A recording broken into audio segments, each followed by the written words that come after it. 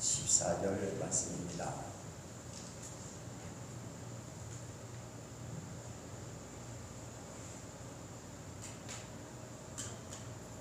누가복음 2장 말씀을 보시겠습니다.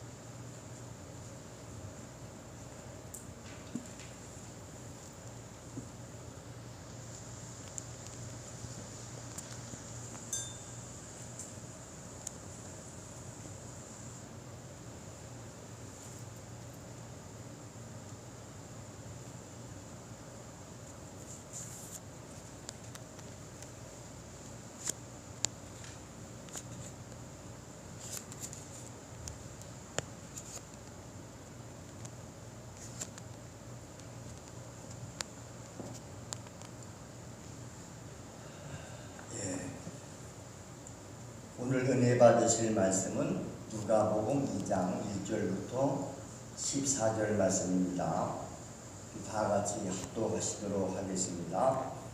그때에 가이사 아구스도가 영을 내려 천하로 다 호적하라 하였으니 이 호적은 두레료가 수리아 총독 되었을 때에 처음 한 것이라. 모든 사람이 호적하러 각각 고향으로 돌아가매 요셉도 다윗의 집 족속이므로 갈릴리 나사렛 동네에서 유대를 향하여 베들레헴이라 하는 다윗의 동네로 그 약혼한 마리아와 함께 호적하러 올라가니 마리아가 이미 잉태하였더라.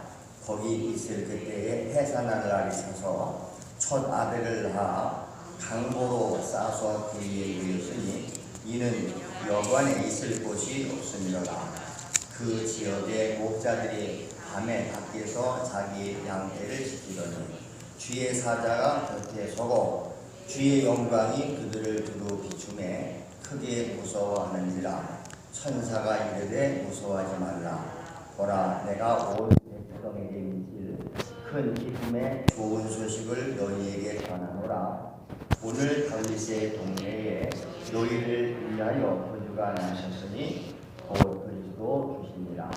너희가 가서 강보에 쌓여 그 위에 있는 아기를 보니 이것이 너희에게 표적이니라 하더니 호련히 수많은 천군이 그 천사와 함께 하나님을 찬송하여 이르되 지극히 높은 곳에서는 하나님께 영광하며 땅에서는 기뻐하신 사람들 중에 평화로다 하니라. 아멘. 할렐루야. 오늘 11절 말씀에 보면 오늘 다윗의 동네에 너희를 위하여 구주가 나셨으니 곧 그리스도 주시니라 이 말씀합니다. 오늘 우리가 은혜 받으실 말씀의 제목이 다 같이 너희를 위하여 구주가 나셨다. 우리 하나님은 사랑의 하나님이시지요. 그런데 이 하나님의 사랑은 인간의 인정이나 애정이나 감정으로 나타나는 제한적인 사랑이 아닙니다. 영원히 역사하는 변함없는 사랑입니다. 바로 그 증거로 그의 독생자를 세상에 주셨으니 그분이 예수 그리스도이십니다. 하나님은 자기의 독생자 예수 그리스도를 통해서 죄로 말미암아 영원히 형벌에 빠져서 멸망하는 세상의 모든 인간들을 구원하시기를 원하셨던 것입니다. 그래서 멸망의 사건을 예수 그리스도가 직접 육신을 입고 오셔서 자기 육체를 십자가에 찢으시고 피 흘려서 인간의 사망을 대신함으로 그를 믿는 자에게 구원을 얻게 하시는 것입니다. 죄의 삭은 사망이라고 했습니다. 그러므로 죄의 삭은 사망이기에 그 사망으로 값을 치러야 되는 것입니다. 그래서 피 흘림이 없은즉 죄의 사함이 없다 말씀했습니다. 히브리서 9장 22절 율법을 따라 거의 모든 물건이 피로써 정결하게 되나니 피 흘림이 없은즉 사함이 없느니라. 그러므로 우리의 죄를 대신해서 그 사망의 맛을 보기 위해서 예수님이 피를 흘려야 되셨기 때문에 육신을 입고 이 땅에 오신 것입니다. 그래서 예수님의 죽음이 없이는 피 흘림이 또한 없는 것입니다. 그래서 예수님은 자기가 온 목적을 말씀합니다. 내가 이 세상에 온 것은 섬김받으러 온 것이 아니고 도리어 섬기러 왔고 자기의 목숨을 많은 사람의 대선물로 주려왔다. 이렇게 마태복음 20장 28절에 말씀했습니다. 그러니까 예수님은 인류를 살리기 위해서 약속하신 대로 자기 백성들이 사는 유대 땅에 오셨는데, 그런데 그분은 오시는 순간부터 계실 곳이 없는 거예요. 어린 아기로 태어나신 그분이 누일 곳조차 없어서 그는 마구간에 알구에 누였다. 이렇게 말씀했습니다. 자, 영광의 하나님은 이렇게 마구간에 오셨습니다. 하나님의 아들이 구원의 주로 오시는 모습과 오늘 우리가 사는 모습은 너무나 다르지 않습니까? 우리는 마구간보다 훨씬 호화로운 것에 살고 있으면서도 지금도 여전히 주님의 영광보다는 자기 이름을 드러내기를 좋아하고 자기를 나타내기를 좋아하지 않습니까? 이 세상은 그래서 온통 모순투성이에요. 우리가 이 세상을 정상적으로 보면 안 됩니다. 우리를 살리러 오신 예수는 지금 어떻습니까?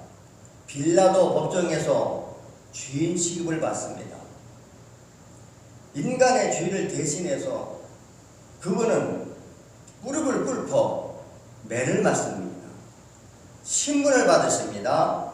그런데 구원받아야 할 인간은 재판석에 앉아서 지금 구세주를 심판하고 있습니다.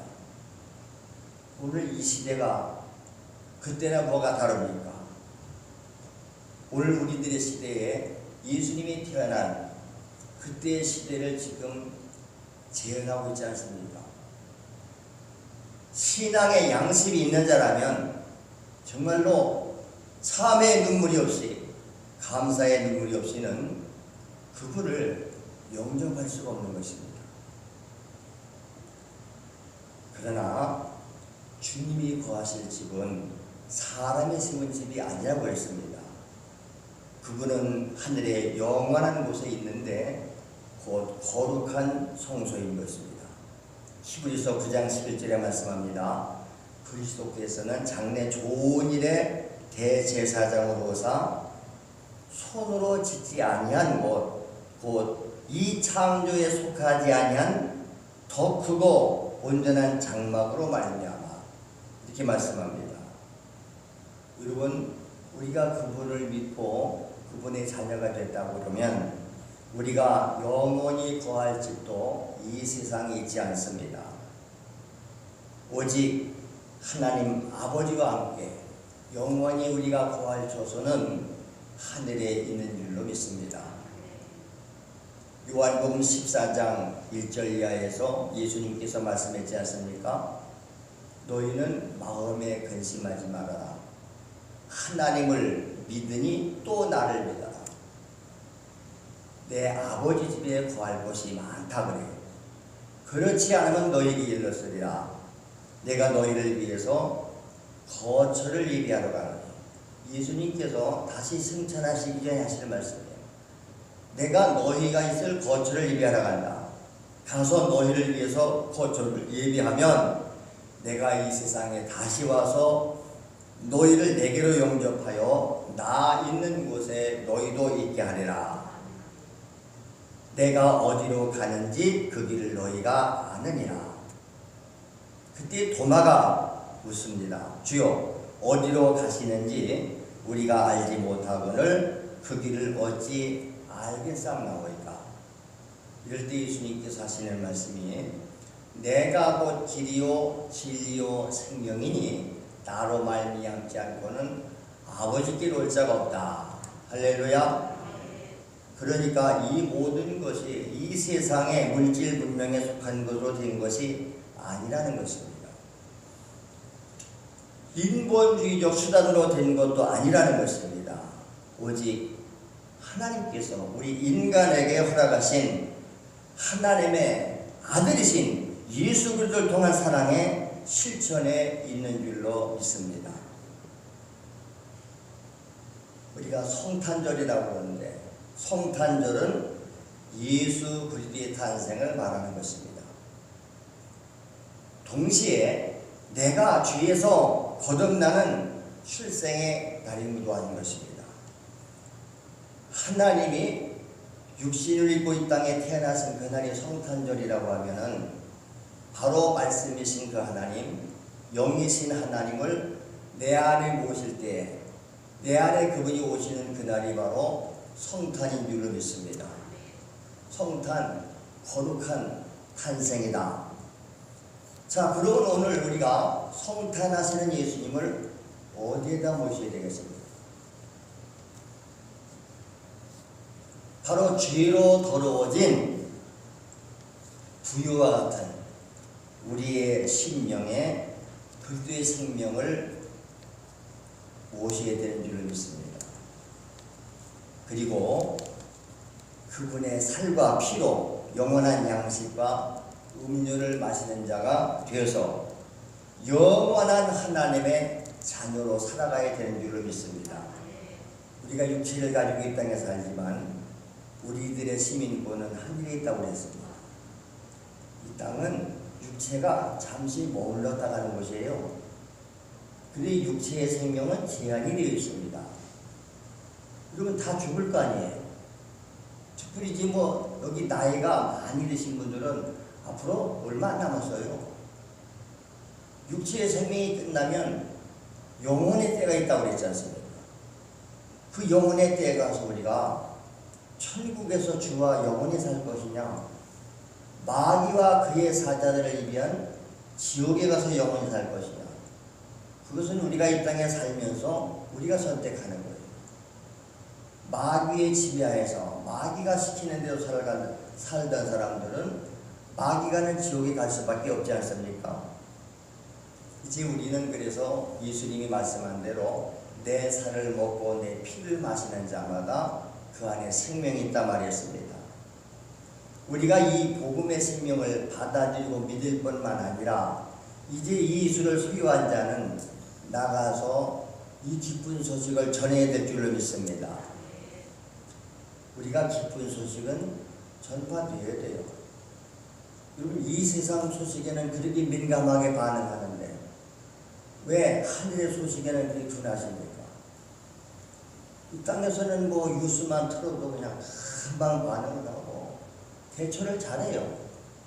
그런데 하나님의 소리를 듣고서는 너희가 심판날을 대비해라, 영혼의 때를 대비해라, 무감각해져 있지 않습니까?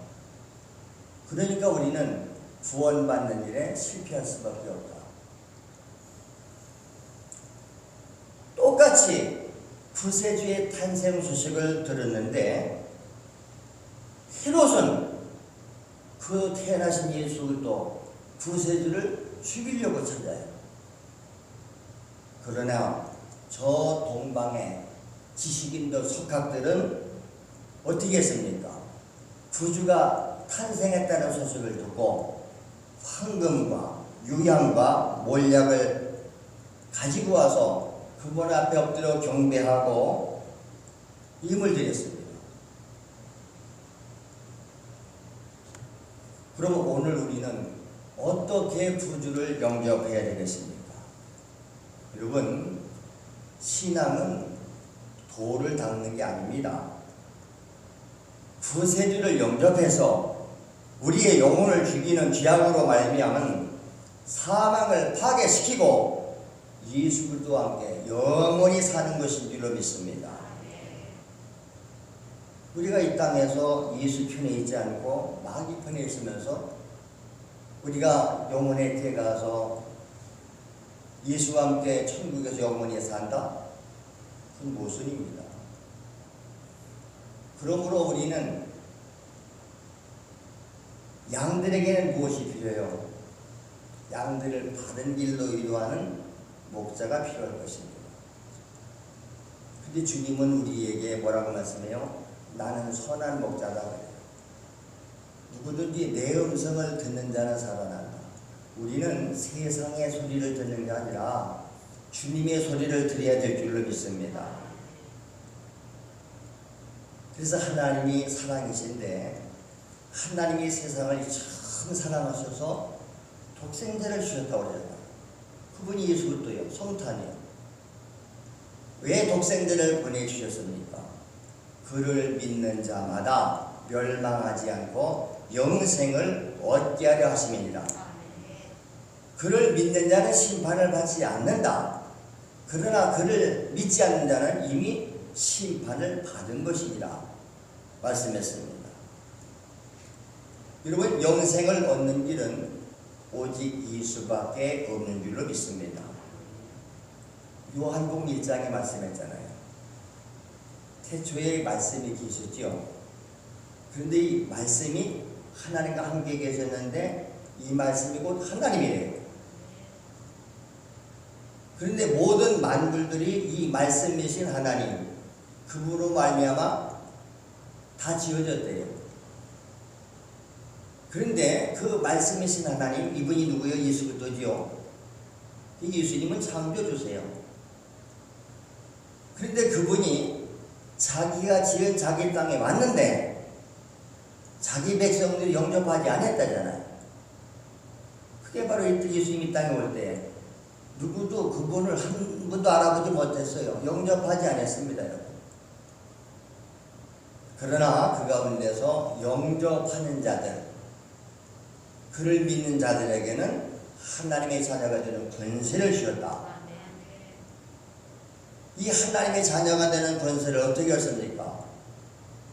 혈통으로나 육종으로나 사람의 뜻으로 나는 것이 아니고 오직 하나님께로부터 난 자들입니다. 하나님이 났으니까 하나님의 자녀지요. 하나님으로부터 나야 돼. 자, 그리고 그 말씀이신 하나님, 창조주 하나님이 요한복음 1장 14절에 뭐라고 말씀해요? 그 말씀이 육신이 되어 우리 가운데 거하시는 그분 예수님이세요. 우리가 그의 영광을 보니 아버지 영광이요 독생자 영광이요 은혜와 진리가 충만하더라.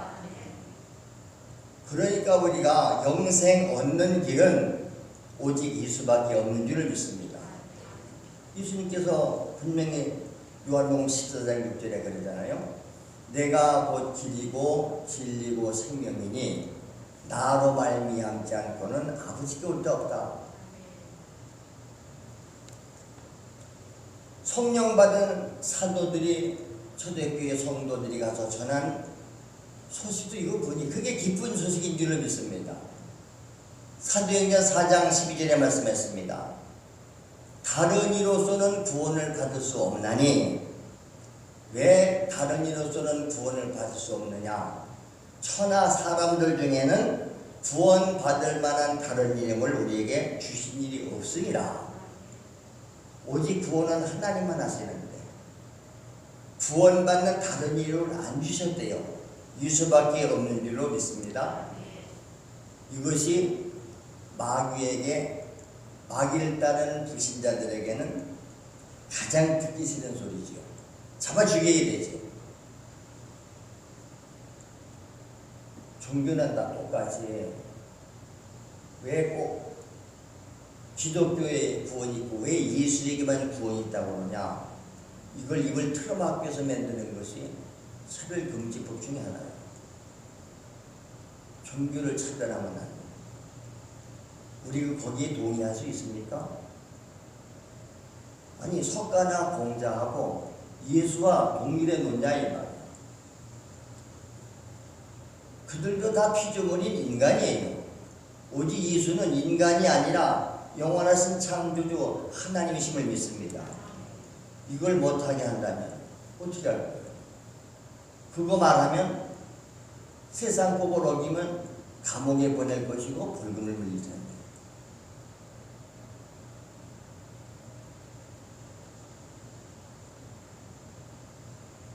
나의 가정, 나의 심령은 비록 마구간 같은 죄악에 더러운 장소일지 몰라도 주님이 선택하여서 이 맛의 장소인 줄로 믿습니다.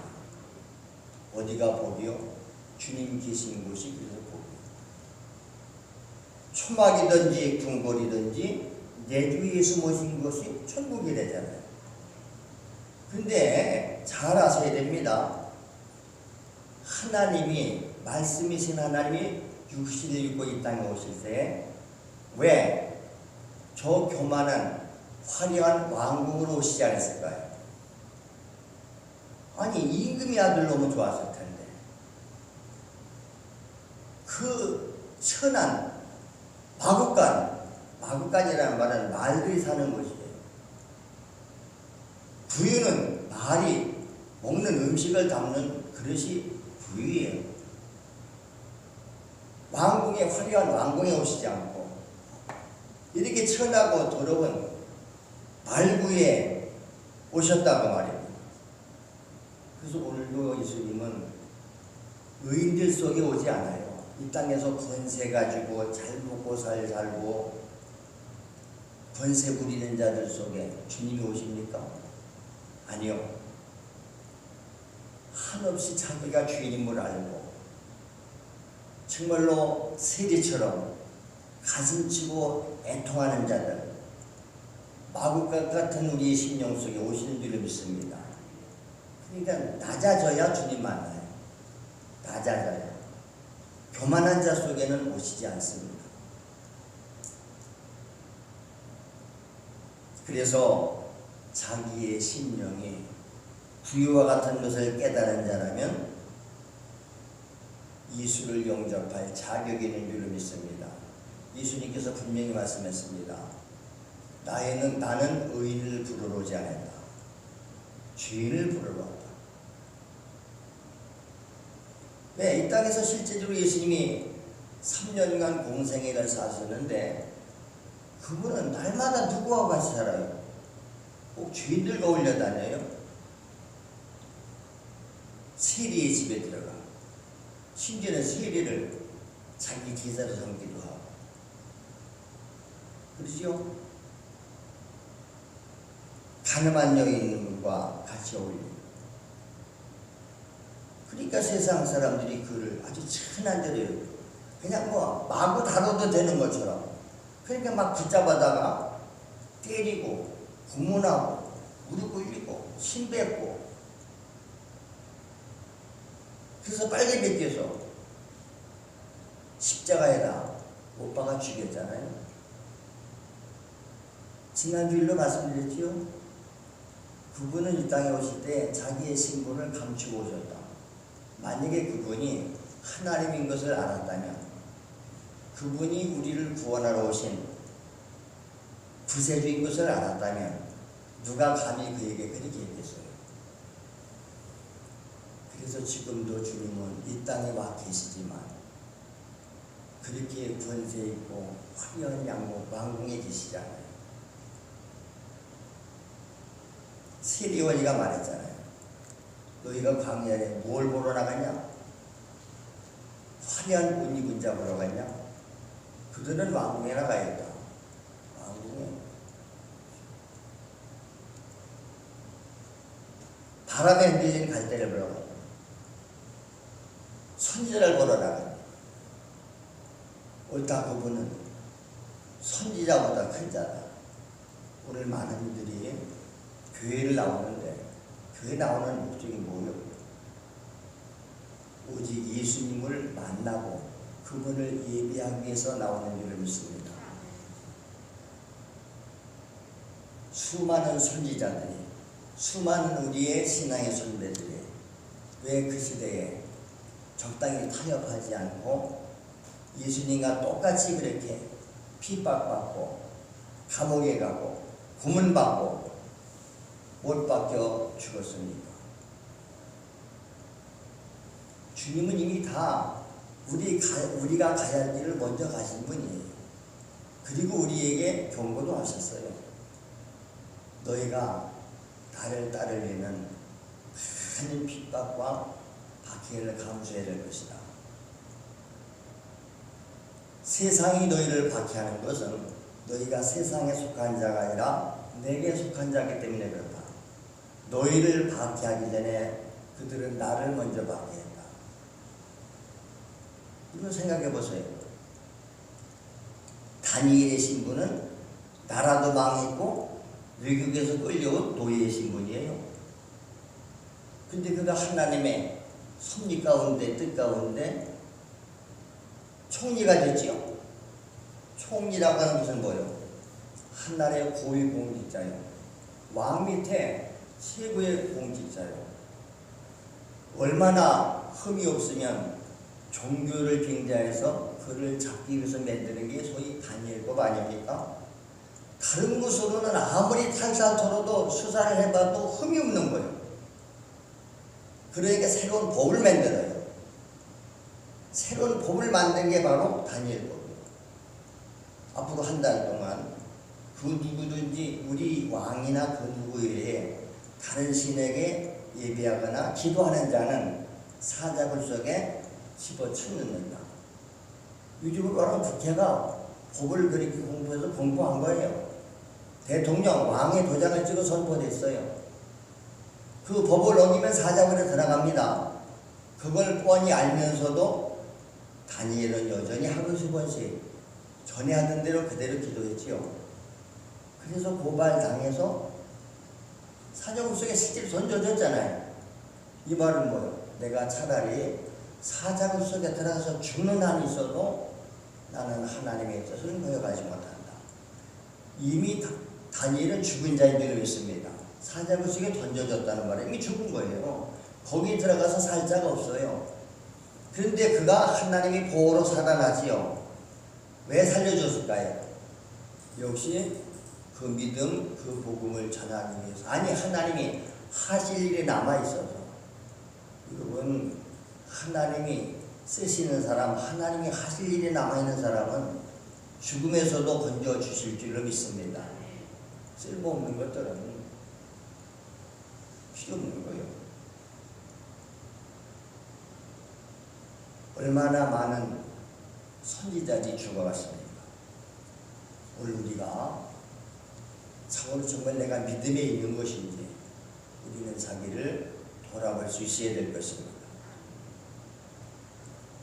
그리고 생명으로 오신 영광의 하나님 아들 바로 그 예수 그리스도에게 우리가 정말로 그분을 만났고 그분을 통해서 죄를 사함받고 하나님의 자녀가 됐다면 헤롯 왕처럼 그를 잡아 죽이려고 하는 것이 아니고 저 동방에서 온 박사님들처럼 황금과 유향과 몰약 등 최고의 예물을 가지고 와서 그분 앞에 경배해야 될 줄로 믿습니다. 이것이 성탄절을 맞이하는 자세가 아니겠습니까? 그리고 나에게 예수 그리스도의 생명이 있음을 날마다 확인할 수 있기 바랍니다. 우리는 자기를 확인해 봐요. 여러분, 오늘도 다 여러분들은 거울 한 번씩 쳐다봤을 것입니다. 그 거울을 왜 쳐다봤습니까? 자기를 보기, 뭘 보려고? 자기 얼굴, 자기 외모, 몸매를 보기 위해서 거울을 봐요. 그런데 성경은 뭐라고 말하느냐? 너희가 지금 믿음에 있는 것인지 너희 자신을 시험해보고 확증해봐라. 다시 말하면 그쪽에서 내 안에 계신가 확인하라는 거예요. 그리스도께서 너희 안에 계심을 알지 못하면 너희는 버리운 자거든요. 주님이 내 안에 계신 자는 그 주님이 감동하시고 말씀하시는 대로 따라가는 줄로 믿습니다. 그 자리가 죽음의 자리라도, 그 자리가 박해의 자리라도 우리는 가야 될 줄로 믿습니다. 그래서 마지막 날 주님 앞에 가섰을 때 그분 앞에 인정받고 칭찬받고 잘했다, 착하고 충성된 종아, 내 주인의 즐거움에 참여할지어다, 이렇게 선언받는 나와 여러분들이 되실 수 있기를 주의 이름으로 축원합니다.